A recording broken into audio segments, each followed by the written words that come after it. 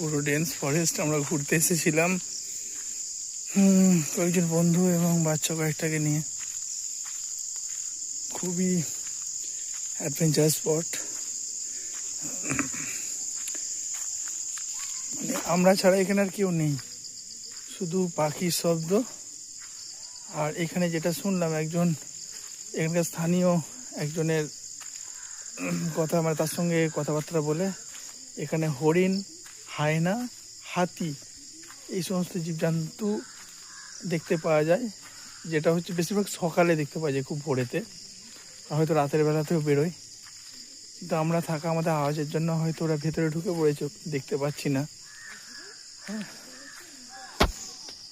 আপনি দেখুন Jaipur forest adventure, just green and very tranquil place, obviously with adventure.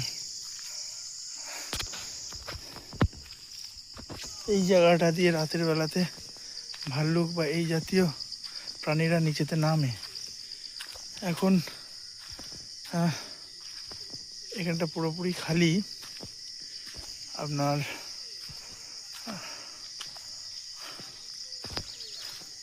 খুবই ভয়ঙ্কর জায়গা, আপনার যেটা অবভিয়াসলি মনেতে ভয়